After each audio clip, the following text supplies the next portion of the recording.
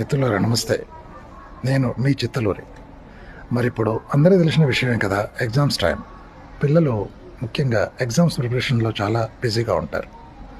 నేను చెప్పదలుచుకున్న ఒక చిన్న అంశం ఏంటంటే, మనము ఎక్కడ విద్యార్థులు చాలామంది ఫెయిల్ అవుతుంటారంటే, ఆన్సర్స్ను సరిగ్గా ప్రజెంట్ చేయడంలో ఎక్కడ వెనకబడిపోతుంటారు అంటే, ముఖ్యంగా ఈ పర్ఫెక్షన్ ఇన్ రైటింగ్.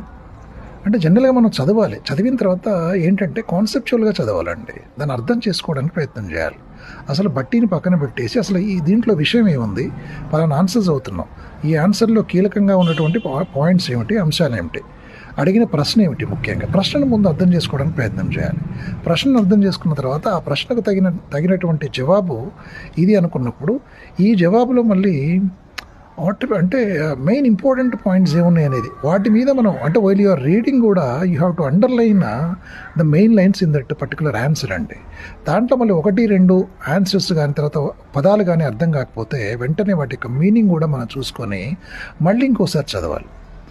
మళ్ళీ ఇంకోసారి చదివిన తర్వాత ఖచ్చితంగా చదివిన దాన్ని మీ ఓన్ వర్డ్స్లో జస్ట్ మళ్ళీ క్వశ్చన్ మాత్రమే ముందు పెట్టుకొని మరి ఈ క్వశ్చన్కి నేను ఆన్సర్ ఎట్లా రాస్తాను అని చెప్పేసి మిమ్మల్ని మీరు టెస్ట్ చేసుకోవాలి. You have to test your self. అప్పుడు ఏం చేయాలంటే ఒక్కసారి ఖచ్చితంగా రాయాలి. మీరు చదివిన తర్వాత మీరు ఏ ఆన్సర్ ఏదైతే చదివారో ఏదైనా ఒక క్వశ్చన్కి ఆన్సర్ మళ్ళీ మీరు రాసి చూసుకుంటే మీరు ఏం అర్థం చేసుకున్నారు, ఎన్ని పాయింట్స్ దాంట్లో మీకు అర్థమయ్యాయి, ఎన్ని పాయింట్స్ మీకు చదివిన తర్వాత గుర్తున్నాయి, ఆ ఎన్ని పాయింట్స్ని మరి మీరు 100% కరెక్ట్గా ప్రజెంట్ చేయగలిగారు. ఒక ఆన్సర్ను ప్రజెంట్ చేయాలంటే మనకు ఫస్ట్ కాన్సెప్ట్స్ అర్థం కావాలి.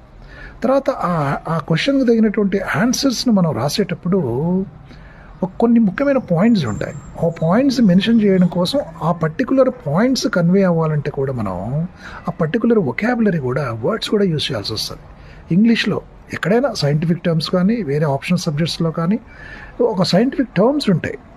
ఆ సైంటిఫిక్ టర్మ్స్ ఏవైతే which suits very much the ఆన్సర్కు సరిగ్గా సరిపోయే ఒక ఆన్సర్ని కరెక్ట్గా కన్వే చేయడానికి కూడా ఒక లాంగ్వేజ్ ఉంటుందండి. సో ఆ లాంగ్వేజ్ కూడా చాలా ఇంపార్టెంట్. మనం చెప్పదలుచుకున్న ఆన్సర్ని కన్వే చేయగలిగిన వర్డ్స్ ఏవైతున్నాయో అవి కూడా ఇంపార్టెంటే.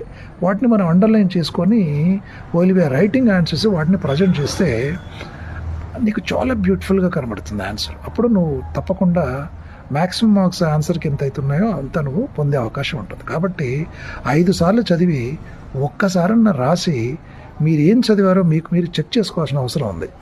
అర్థమైంది అనుకుంటాను. My dear friends, students, best of luck. I wish you